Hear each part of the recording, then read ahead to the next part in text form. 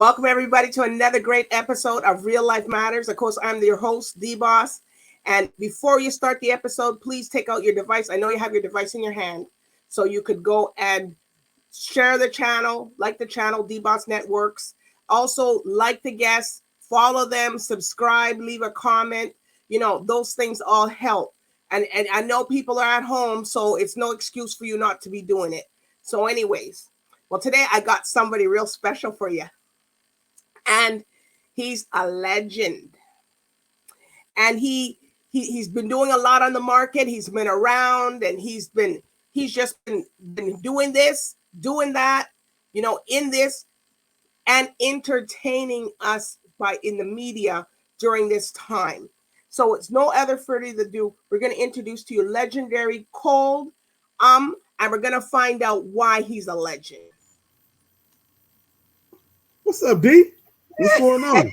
I'm all right, you? How you doing? How you doing, boss lady? I know you're looking good. I see little plaques up in the back there. Now, a couple of little trinkets that I picked up along the way. Trinkets. I didn't rob nobody. I didn't rob nobody for them. I worked. All right. I worked for them. So hey, they comfortable on the wall. Don't have nobody rob you for the either. You better have some good security.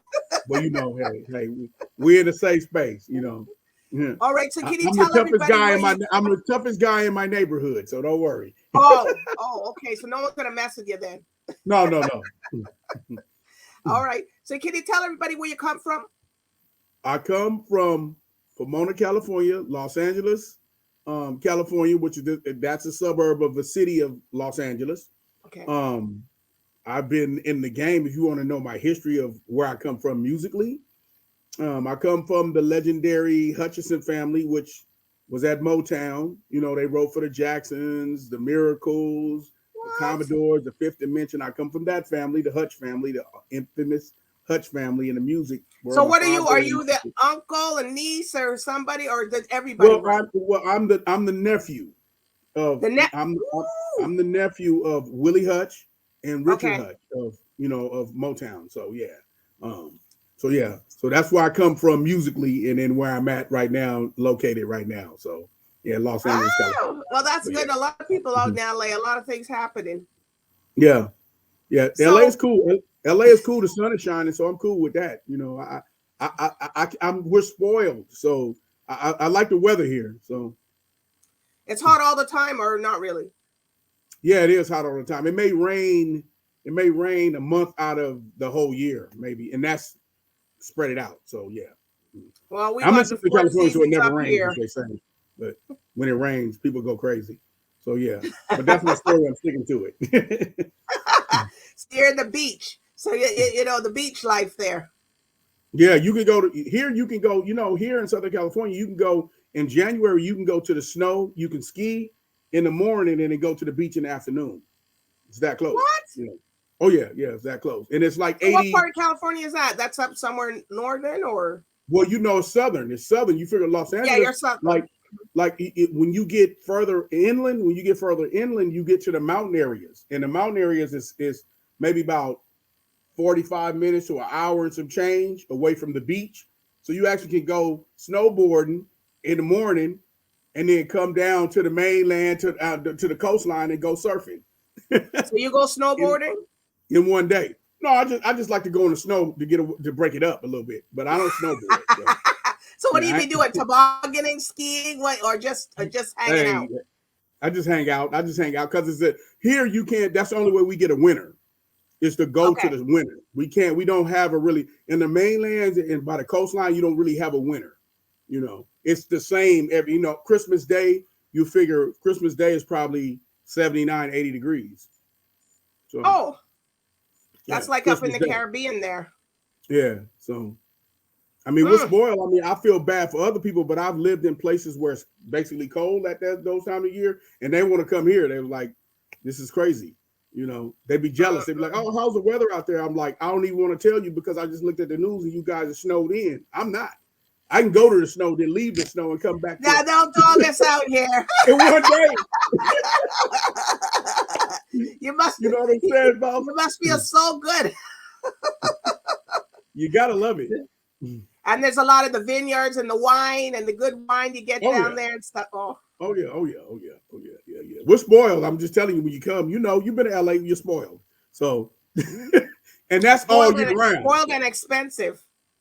There you go. You pay for it. So, how did you come up with your name, Cold 187 UM? I came up, you know, back in when I first started rapping, I used to battle a lot, you know. And that name, you know, the name means, you know, cold murderer, basically. But my brother DJ Chaos said when we was naming each other, like as far as our group above the law, you know, we wanted to have these street names, and he was like, well, since you a battle rapper and you're a street cat, why don't you name yourself, because you be killing people off in the battles, why don't you name yourself the Penal Code of Murder? I said, well, I don't want to be cold 187. I want to be cold, like a cold killer, you know. And the UM is just to make us say, like us as black folks, we say we don't say 7, we say 7, you know what I mean? Or 11, you know what I mean? So that was just to make you say that. The UM is to make you say not 187, but say 187.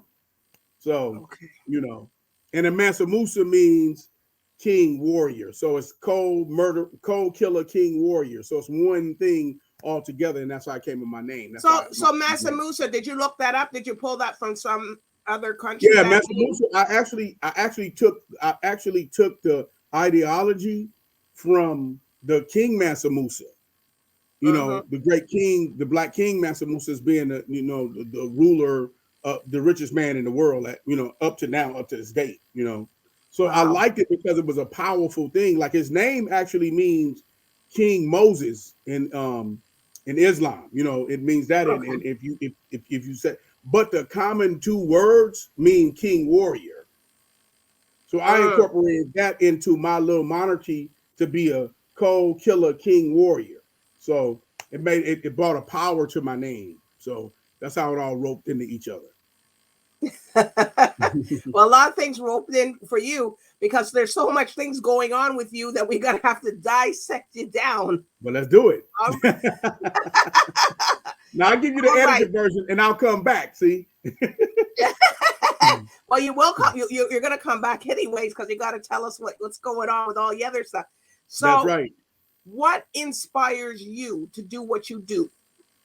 You know, my parents. I think me to be a writer, a producer, and a composer was my parents. You know, my father and my uncle, the guys who came before me, that actually I caught their bug from when I was really, really young. So it inspires me because first I'm a musician, you know, and then I started getting into hip hop, you know, when I was very young. So you play instruments? Yes, I play 3 different instruments. I play piano. What instruments do you play? I play piano. I'm self-trained by my father, piano, and I play bass guitar and I play trumpet. So those are the instruments I studied growing up. As a producer, it armed me, you know what I mean? Because when I started making hip hop records, I started out, I knew how to produce because I knew how to, I was taught how to orchestrate an orchestra when I was like 15 years old. So I know every instrument, what it does, what's its purpose, and what purpose that it doesn't have. You know, yeah. So you learned that from yourself, or did you learn that from your family? I learned that from my father and going to school and studying. So you studied it in school music too. Okay. Yeah, I started studying music when I was probably like 7 years old, 8 years old. So yeah, actually, yeah. So I studied classical, jazz, and choir marching. I was in 3 different when I was 14 years old, 15 years old. I was in 3 different bands. I was in a jazz ensemble, I was in an orchestra, and I was in a choir marching band. I played French horn in the orchestra, and then I played bass guitar and flugelhorn in a jazz ensemble, and I played trumpet in the marching band. So yeah, I've been in music all my whole life. This is your full-time thing you do. Yeah, it was definitely my full-time thing until I got caught up in the streets and got to running with a crazy bunch of brothers that I end up from that. It's a blessing because I end up meeting Eazy-E and Dr. Dre. And that's how we actually got on. And you mean on the inside you met them? Yeah, that's how when I was out hustling, I met them through mutual friends when we were on the streets, you know. Wow. And but what was dope about it was this. this was dope, DBoss. I already had the music stuff together when I met him. You know what I mean? I still had the music bug, even though I was in the streets wilding. I still had the music together. You know, so it kind of like locked in. I would have never met him if I wouldn't have been in the streets wilding, to be honest. So it's like a blessing. You know, it's like a gift and a curse. You know what I mean? Like, but it delivered me. You know, being in the streets, it really brought me back to music. So, what motivates me because is you kind of left the music scene because you were doing in the streets yes, and stuff, right? Yes, but I wouldn't have never met those people if I wasn't in the streets moving around. You know what I mean? That's the thing that people have to understand about life. Sometimes you don't know what path you're on, but I think long as you stay focused on your dreams and what you're trying to do, because all through it, really, I stayed on the course of doing music. Even though I was in the streets wilding, I just started didn't mean it. I was like 18, 19 years old. And I didn't think it really meant nothing because, you know, when the money comes in, you got responsibility, you got family, you got all that. So I kind of like, I didn't sit it to the side. I just kind of, it wasn't a priority at that point. But the funny thing about it is, as long as I kept doing it, it always kept showing up. You know, if I did it a little bit, a whole bunch of it would show up, you know. So the little bit of stuff that we were doing here, there, here, end up making it be when I met Eazy-E. We had a project to give him, and it was a part of him building Ruthless Records and everything. And after they got off the Straight Outta Compton tour, they signed us. They signed me.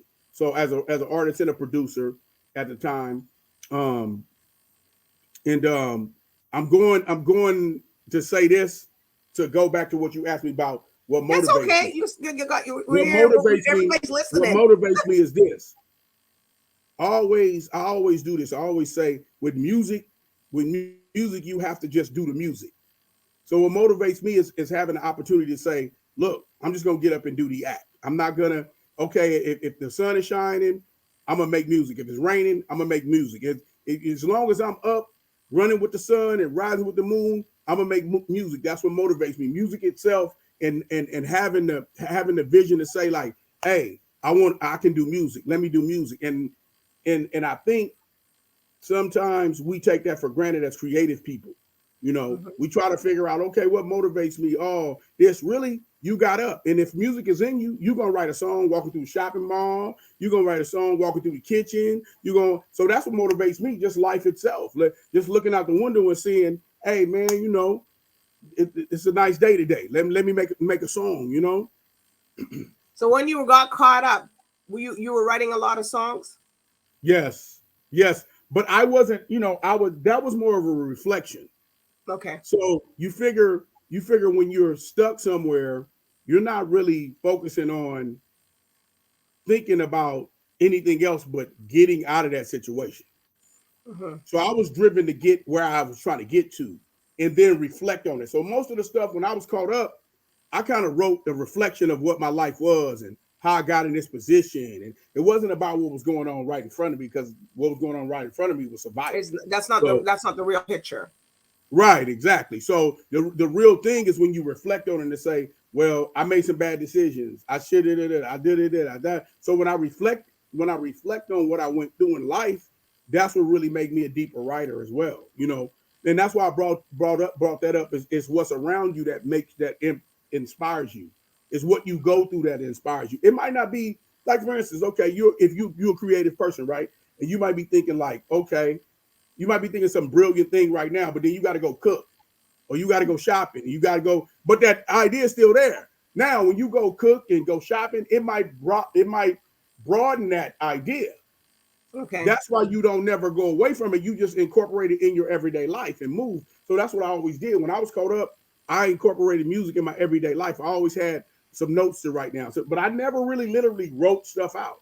Be like, oh, this happened to me today. Or I write a letter home to my mom's, or, you know, that kind of thing. Or, you know, my girl at the time or whatever, you know, I would write some stuff down, but that's the only thing I would write down is like letters home and stuff like that. I wouldn't write songs, you know.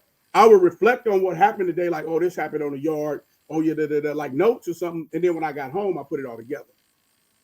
So did you guys, you said you met them, Dr. Dre and these guys in there. So did you guys kind of rap in there or not really? Oh, no. I met them before. Before that happened. So when I met Easy in NWA, they were on the. I mean, I met Easy and Dr. Dre. They were building Ruthless Records at the time. Okay. So when I met them, they were at the point to where they had started getting a lot of momentum, and they wanted to sign other acts. Well, we had a project that we had already kind of like basically finished that Eazy-E had loved, and he was like, well, I'm doing this label. I want to do this. I want to do that. And he heard the record. And he was like, well, yeah, come on over here. But at the time, I was so caught up in the streets. I was like, I don't know, until he actually showed me the success. At the time, they hadn't blew up like that. They hadn't blew up. Straight Outta Compton hadn't blew up like that yet. Okay. So once it blew up and we saw that, it was like, okay, because nobody on the streets was really doing gangster rap. Nobody was even trying to touch gangster rap back then. He was the only executive in LA that would touch it. So he loved what we were doing. And from there, we created history. From there, Above the Law was born, and we put records out with him and helped him build Ruthless Records and so on and so on. So, and then later on, when I was still wilding, I ended up getting caught up in the middle of my career. Like after he passed, I end up getting caught up. Oh, okay. Yeah. So who have you worked with in the industry? Like who else? Oh, Dr. Dre, Snoop Dogg, Tupac. And how was it working with Snoop? I was cool. I mean, he was one of the first few artists I ever worked with. When he hadn't even really came in the game just yet. And Dr. Dre came to me and he wanted to sign him. He was like, yeah, I've worked with him. And then from there, they end up taking off at Death Row from there. But yeah, that was incredible. I think, working with Dr. Dre was probably one of the most incredible times I had working with him. I worked with him at Ruthless, and I also worked with him at Aftermath. Tupac, that was incredible working with him. Me and Tupac were really good friends. So wow. That was my good friend. Yeah, rest in peace, Tupac, man. Yeah, that was my really good friend. What happened when he died and stuff, and he got shot? How you must have went through something with that? It crushed me, D. It crushed me. It's crushing because we were young. We were really young. It was a shock. Two, we was at the height of our careers when he got shot. We were at the height of our career, so it was devastating. And how did that affect you? Oh my God! I mean, it's one thing I think that people don't realize. And coming back from back then, there was a union with us. Like because hip hop was all we had. We were street kids that came up really hard, and hip hop was kind of all we had. You know what I mean? So when you lose somebody like that, it's kind of like losing. I won't just say a voice. It's kind of like losing your voice. Because he spoke for all of us. Like we all spoke for each other. It's like saying like, okay, if you was around us and you were the voice of what you do, and we lost you, it'd be like, oh, we just lost our voice. We don't have that person. And he was passionate about what he believed in. So it was on that. That's how it affected me. We lost a major voice. And that's your friend. That was my friend, definitely. Yeah. And I know his passion. It's not like somebody that just knows him and saying and all these acclaim. This people out there, this is his friend.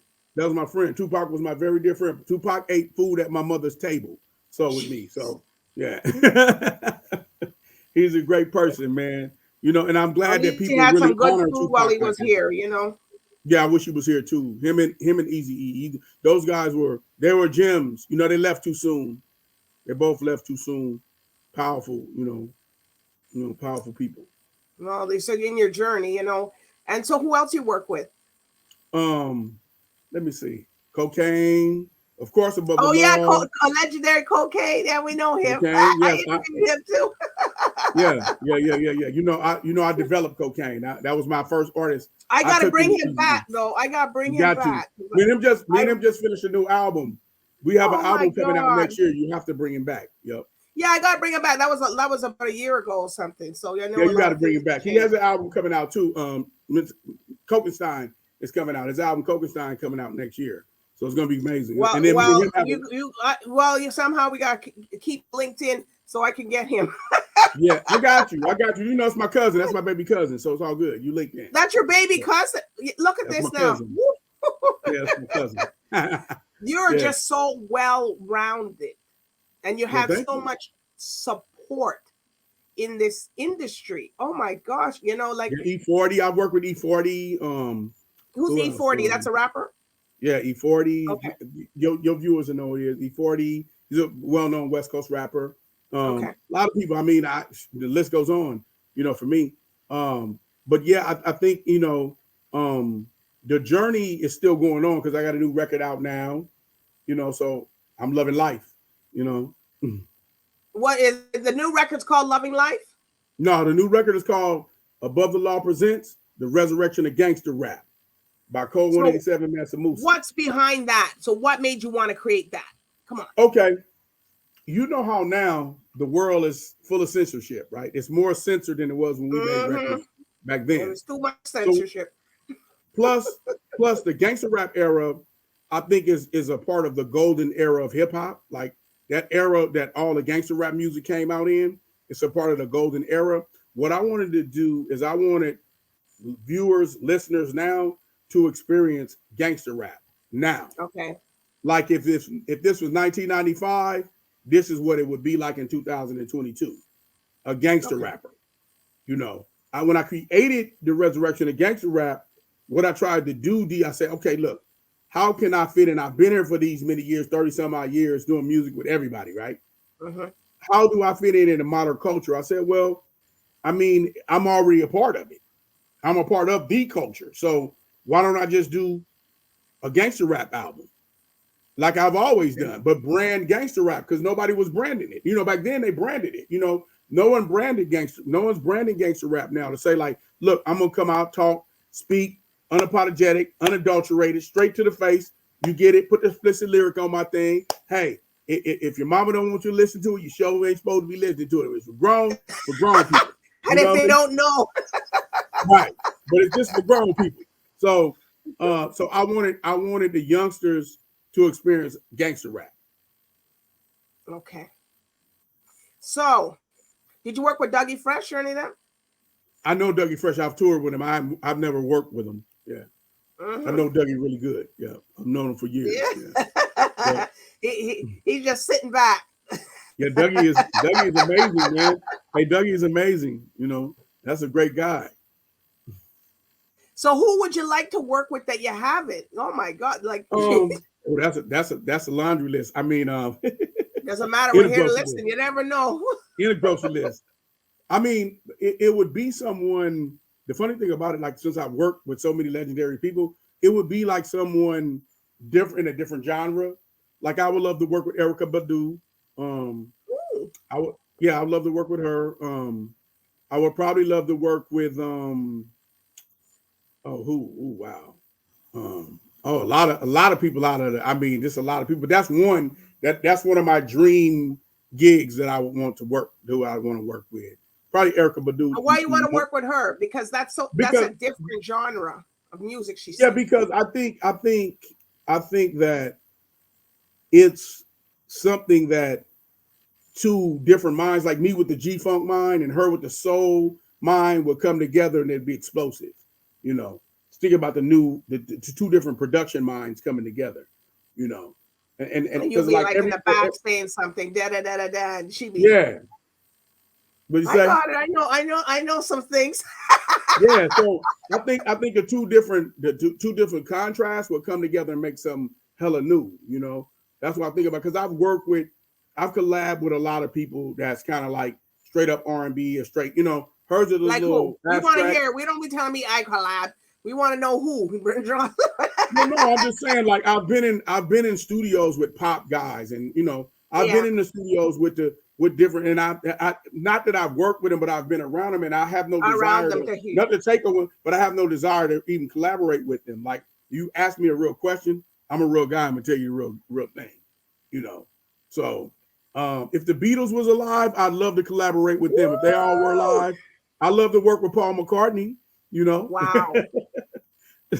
Yeah, I'd love to do that. That'd be awesome. Because the Beatles is my favorite group. So I'd love to work with them, with Paul McCartney. But and I know that's a lot of extremes, but I've worked with the most legendary people in hip hop you can name, from Tupac to Snoop to Easy to Dr. Dre. I mean, come on, what I'm gonna say? Who I want to work with now?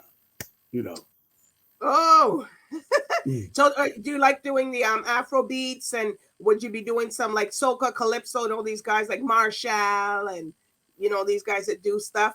Not really. Well, yeah, I mean, me, I'm a music person, so I have no problem with doing any kind of genre of music. That's one thing about me that I think is the best thing for me as a producer. I don't really limit myself. If you ask me I work with anybody, when it comes to music, because I'm a musician. You didn't work with Rihanna. I'd love to work with Rihanna too, but it's not like on my list. It's not like, list. oh yeah, like, yeah. I like her. I love her. No, Rihanna's incredible, but it's like if she asked me to do a record with her, I'd do a record with her. I love it. So, Cold 187. Like, what is something that people misconceive about you? Probably that I'm only a hardcore rapper. Probably I'm only a hardcore rapper, and I'm a musician. I'm a father. I'm a grandfather. That type of thing. I think that they only think that I'm only that. And I think they missed since I grew up kind of tough. I grew up kind of rough. I had a bump in the road where I went away to prison and all that. They just think that's all they look at in me. They don't say, oh, he's a brilliant songwriter, composer, producer, father, that kind of thing. Good friend. So what do you want them to know about you? They look at the tough persona. And they just take it for face value. You know what I mean? And my thing with making music is who I am, but I am all those other things too, D. You know what I mean? I am all those other things. So you're a nice guy behind all this. There you go. Behind all the toughness. Hey, if you know me, it depends on what day you meet me on, what alley you meet me in. I don't want to meet you up in no alley. I'm just playing with you. I know. So, well, now you have your life. You said you're married or I don't know. Yeah. Mm-hmm. So being caught up, did that change your perspective? Oh yeah. Yeah. I think now as I'm older, I value like the simple stuff. Mm-hmm. You know what I mean? I tell people all the time. I said I live an exciting, boring life now. Because when I'm home, I'm not doing nothing but kicking it with my girl, and my kids are grown, so they're off doing their thing. Oh, they're big now, so yeah, they got their own life. They got their own life. Exactly, they got their own life. So now, except when the holidays come around, like Thanksgiving and Christmas and stuff. Yeah. I mean, and the thing about it, I have 3 girls and 1 boy, so they're all over the place. You know what I mean? And I have 3 grandkids, so it's all over. So they keep you busy. They keep me busy, It's this way, that way. We over here, Papa. Oh, yeah, So for me, so are they listening to your music, or some things they can't really listen to because? My kids have always been big fans of my music, always. Yeah. Okay. And and I cuss a lot, so it's okay. I used to. So they know. They expect that. Yeah. They know. They know that. But no, because some people I know they try to hide it up. Oh no, you can't listen to that. But they can go to their friend's house and hear you. Listen, I raised 3 daughters and a son. My daughters are the oldest ones, so I had to be the most realist with them than anything, because they was gonna get it the worst, basically. They're gonna get the scams, the schemes. It is. I showed them, hey, look, your daddy is a slick dude. So be careful of this, be careful of that, be careful of this, be careful of that. Not that I was slick with them, but I was just saying, hey, this is the persona of it, So for me, like what keeps me balanced in that type of thing is that when I'm on the road doing my thing, or when I'm in the studio, I have a workload, that's that. And then when I come home, I don't mind being a father, a grandfather, a mentor. I don't mind that. That's why I say I live an exciting, boring life, because when the lights are off, I don't mind just being that. Like I said, I don't mind being that. No, I don't. When some people, they hide it. They want to, no. I don't mind being that. It's cool. All right. So what's the most, you can say 3 things, most craziest things that happened to you while you were doing your music? Something. 3 things? Yeah. Or if you have a few, well, I probably have a whole bunch. One is I've done a record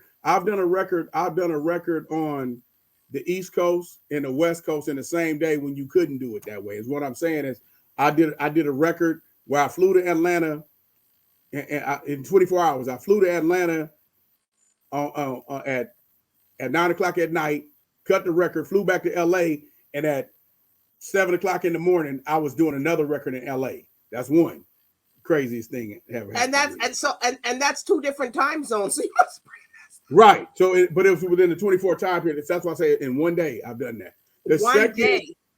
Yeah, in one day. The second thing for us another workload. When I done the Tupac record, until the end of time, I ran a whole studio by myself mixing a record at 3 studios at one time. So I would go in one studio and mix one record while they brought another record into another studio, and then I go to studio to studio to studio to studio to studio and mix it. And that must be crazy. Did you have a drink during that time? Because I only had a week to mix 25 records. I had a week to mix 25 records. 1 week. Yeah, so I had to have all the studios running. Yeah, I had to have all the studios running at one time. So, okay. And thirdly, this is a tour one. So, because you need a tour one. Well, you might get an extra one because you have to tell about because you're doing it too smooth. Huh? You might get one extra one. No, I've had to actually talk somebody off of not killing their wife because they was in one of our rooms. Their wife was in one of our rooms, and we had to get him out of there and sneak his wife out, before she got killed. So by her husband. So. Well, what was she doing up in there? I hope she. Oh well, having a really good time, D. She was having a really good time. It seemed like too much of a good time. She was having a really good time. Woo! Woo! So you don't have any stories with any groupies or people chasing it down? That was the one. That was the one. Oh, okay. Yeah, I have one. I have one with a groupie, but I'm gonna come back and talk to you about that one. No, now you're gonna have. Okay. We won't tell nobody nothing. Right. Okay. I haven't told her about that. So. Oh, geez, well, you better not watch the episode. No, I'm just kidding. I'm just messing with you. So what about do you think about you're going to be doing any acting, or have you done acting? Yeah, I'm glad you brought that up. I'm producing, directing, and starring in my own TV show called The Black Godfather. It airs in next spring on my own network, musatv.net. So that's my first acting role, and I've ever did. It's my first. So what are you're playing the Godfather? Yeah, I played the lead role. The character's name is Cornelius Blackwell. Well, I guess if you're doing your own movie, you can select your own cast. It's really good. And who else are going to be in the movie? It's a TV series, huh? Who else is going to be in the series? Actually, it's a lot of upcoming actors and actresses out of Los Angeles. A lot of guys that I grew up with, I came up with in the industry or acting in. It's not nobody really known, and maybe we're gonna pick a few people that are gonna come in and guest in it, like cameos, a couple of rappers. But I don't want to give up the goods. You want to give up the goods. When I come back, I'm gonna give you everything when it's done, because then I'll know. Because since the pandemic happened, I had to stop production, so it's been hard to get a lot of people to work. Back you better get some of them snowy scenes up in LA, up in there. Well, yeah, because you guys all wear all those heavy clothes, the hats. Yeah, we're starting back in mid-January shooting, so should be good. Mm-hmm. So we'll be ready. So you must have said, "Boy, this girl's asking everything." No, it's cool. It's cool because people don't really ask me these questions, so it's cool. That's why I'm here. But so okay, you're doing your own movie. Mm-hmm. So after you finish that movie, what do you think you're going to do? I'm touring. We'll be touring next year. I will be touring next year. Okay. I'm trying to lock the tour in right now, and we don't know exactly when we're leaving, but we're going to be touring in the spring. Me and Cocaine definitely gonna be touring in the spring. That's for sure. That's already locked in. I like his little song though. He sing too. Yeah, so that's what's on the burn. After the show drops, we'll be on tour. And that's basically, you know, just being a mogul, you know, doing my company, Mansa Musa Royal Lifestyle. Oh, you know, wait a minute. Hey, hold on. You think it's scrolling past that quick? This is your own t-shirts? That's my own clothing brand, Mansa Musa Royal. It looked nice though. Yeah, so you have different Royal. Colors in those? Yeah, hey, we have everything you need. Just go to Mansa Musa Royal. I want a sweatshirt. You want those look nice. You want one of these? Yeah, these are nice. I got you. What else? So you have your clothing too. So what other pieces of clothing do you have? Well, I have, you know, the Mansa Musa line is a unisex line. It's for women and men, and no, it's more of an upscale. It's more scaled up. But then I have a t-shirt and sweatshirt company that's a nostalgia company that I do music through called ogfashion.com. And then I also have a women's line coming out called Hutchie Bear Clothing. HutchieBearClothing.com. So how come up with that name, Hutchie Bear? It's all for women. Yep. So how'd you come up with Hutchie Bear? Oh, that's my girl's nickname to me. That she named her company. Yeah, she called me Hutchie Bear. Yeah. Mm-hmm. I thought you were gonna ask why. That's her fault. Leave it alone. I'm her bear, so you know I'm her bear. So, okay. Yeah. You're Hutchie Bear. Okay. Mm-hmm. That's the first. You can't say that. She gonna be mad at you. Right. You can't be saying that, D. You can't be saying. I can't. No, that's not. I called you cold. Yeah, so I do have that for the women. 187, and that's it. Now you can call me Hutchie Bear if you're gonna buy the clothes. Now, all the ladies can call me Hutchie Bear if they can buy it. Are these clothes affordable? They're affordable. Are these clothes affordable? Everything's affordable. Don't worry about that. Don't tell me about that. You guys in LA. You're rich, so you know you can buy it. Mm-hmm. No, everything's reasonable. I mean, it's online. The Hutchie Bear clothing looks sexy because I don't like wearing just sweats like this. Put on sweats. No, we have a dress. We have a dress line. We have the nice look. It's all for women. Hutchie Bear stuff is all women. It's strictly for women. I don't make a man's item for women. You know, I don't make for a women's line. So and you make it for more of the fluffy women too. Hey, you all you got to do is call me and we got you. You know. we got you all right. Because a lot of people be watching and say, well, we want some of those. Because up here, everybody likes different things. You know, I don't like to wear the same thing everybody wears. No doubt. And my stuff is online, so you're never going to see it. They're online. It's online, so you can pick and choose what you want. You're not going to see it in the store. It's not retail. So they're real sizes then for real people. Yeah. Mm-hmm. Oh yeah. Because sometimes these sizes say extra large and it's like a small. I go all the way up to 4X though. D, I go all the way up to 4X. So you can get everything up to 4. Yeah. Mm-hmm. Yeah, because sometimes these guys say that something's an XL, and next thing you know, it's a small, and you're like, I didn't order that. No, it's real to size. It's true to size. Anything I'm gonna do, anything I'm gonna do for us, because we curvy and thick, you know, and we like it's gonna be true to size. It's gonna be true to size for us. But everybody like to eat now too, because all races now it seems like everybody's thick and stuff now. I don't know what happened. I always think about that. We kind of even when we ain't, we thick, we solid. So you know what I'm saying? People like to wear those things at home, you know, the home, or if you just got to slide out to the store, slide in. Sometimes you're always looking for something. Well, me, because I have a lot of dress clothes, so I always go, oh my gosh, where's my dress down wear? Like when I wear, boom, I just want to put on something. Well, for me, what I did reasonable, like what I did OG Fashion. I did OG Fashion as a line, like what you're talking about. OGFashion.com is a line like what you're talking about. It's sweatshirts, t-shirts, stuff you can just throw on, you know. But they look nice. In the Mansa Musa stuff is more scaled up. You know what I mean? It's an expensive, it's more. But it better because the name is royalty. Yeah. So yeah, I think people won't be expecting anything less. There you go. So I have something for everybody basically in that world, because I wanted to, like when you ask me what I'll be doing really mostly on my time, not music time. Okay. I like to dib and dabble in my fashion things because it keeps me creative musically. You know, I like to do the that fastest keeps you stuff. creative musically. How? Yeah, because what it is that when I create like designs and stuff, it makes me be more creative musically because it's another thing that can keep my creative juices in my mind going, you know.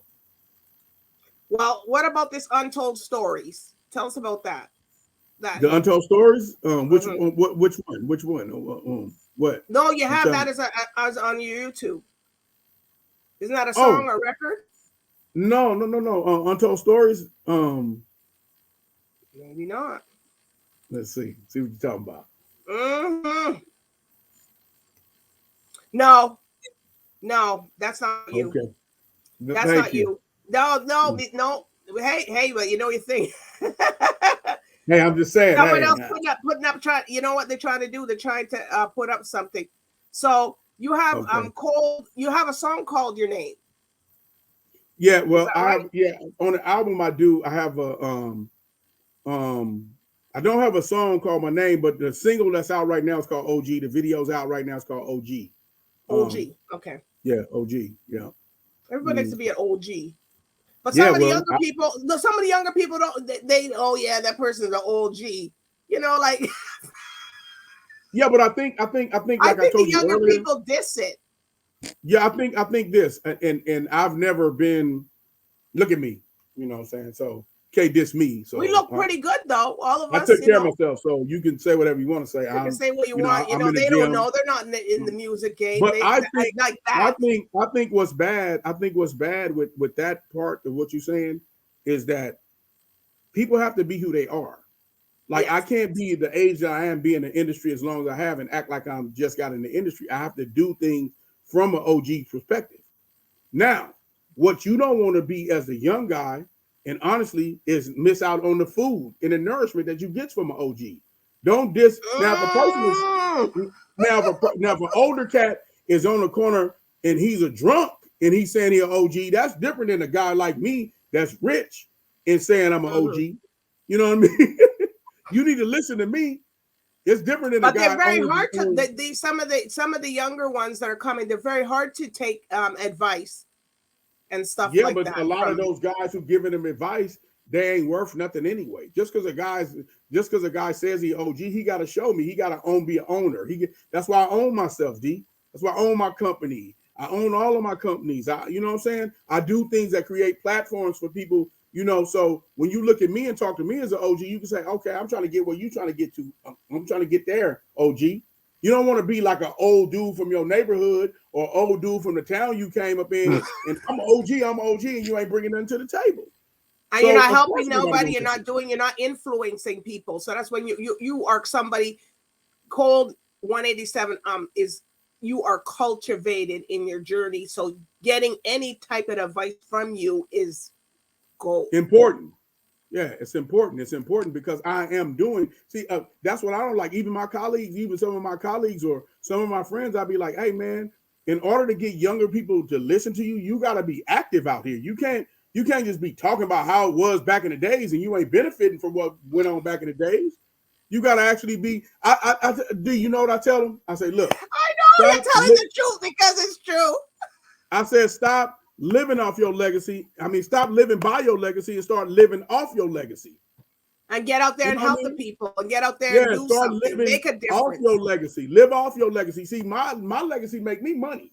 So that's what I'm talking about. Like, I'm not just bragging. It makes me, my legacy make me money. So that's me living off of my legacy. Everybody live. Hey, the old school, the guy I went to high school with was a high school superstar athlete. He's living by his legacy.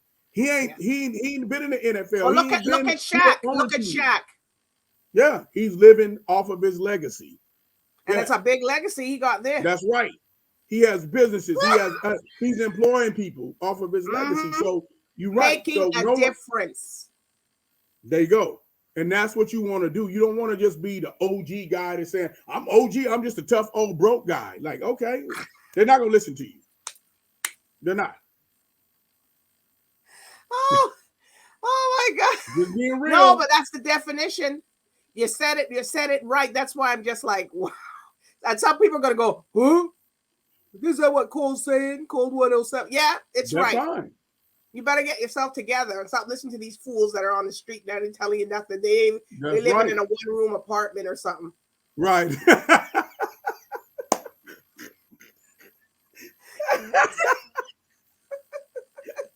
See, you're related to him because it's.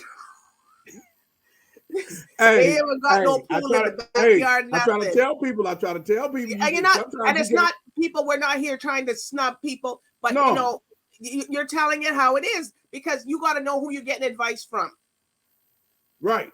Someone smoking weed all day, or what? Or what? If you're smoking weed, fine. But what do you have? What are you showing for it?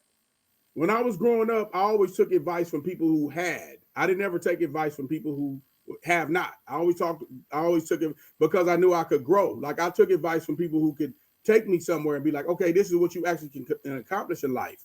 I didn't, talking to somebody who don't have nothing, that's just like talking about the football game or the basketball game. What is that? That don't help me. That doesn't help me any. So what I in the thing that I'm glad to be on your show and talking about real life. Not just talking about real life music, matters. About real life. You know what I mean? Because that's what we in. We in real life. Mm-hmm. Whether we are musicians, not no joking thing or something that you make up. No. Mm-hmm. Like when I look at youngsters and I be like, look, man, you know, I've been to prison, I bounce back. I've been on the streets, I bounce back. I've been on this, I bounce back. I work with these people, and I put my you ain't bouncing back to prison either. So I went to work. Kids, you know what I mean? I went to work. Bouncing in and bouncing out. Everything you see back there, I went to work for, sister. You know what I mean? So it wasn't like I came in with my feet up. So I try to tell cats that you have to work, you have to grind, you got to get focused. You want to get to these levels, I'm gonna give you some food. You know what I mean? I'm not gonna lead you astray. I'm not gonna tell you to go down there and do this because I've been down there for you. You know? Now if you want to still continue to go down there because you listen to fools, that's fine too. I had to bump my head too. So hey, that's my story, and I'm sticking to it. Right. So what any shout outs you want to tell your people? Any out there? Shout outs? Yes. Oh yeah, I want to shout out, my whole crew above the law. Shout out Cocaine. Shout out my whole family. Shout out the people out there in Toronto and all the way around. You better talk to people in Canada because people can get jealous now. Canada. Hey, I forgot you all over the place, DBoss. I'm sorry. Canada in the world. What's up, y'all? And where y'all can follow me. Huh? Big Nino is a part of you too. Oh yeah, big Nino. Got to shout out Nino. He would tell you off. That's my brother. But he know I love him. That's my brother. Thanks for Nino for hooking us up and doing an awesome interview. You know what I mean? Yes. And like I said, that's where my can story. People find you? To it. Oh yes. Where can people find you? Oh, Instagram. You can find me at Mansa Musa Royal. You also can find me Mansa Musa on Facebook. And then on Twitter, you can find me at the Real Code 187 You got that, people? So we don't want to hear that you can't follow them or nothing.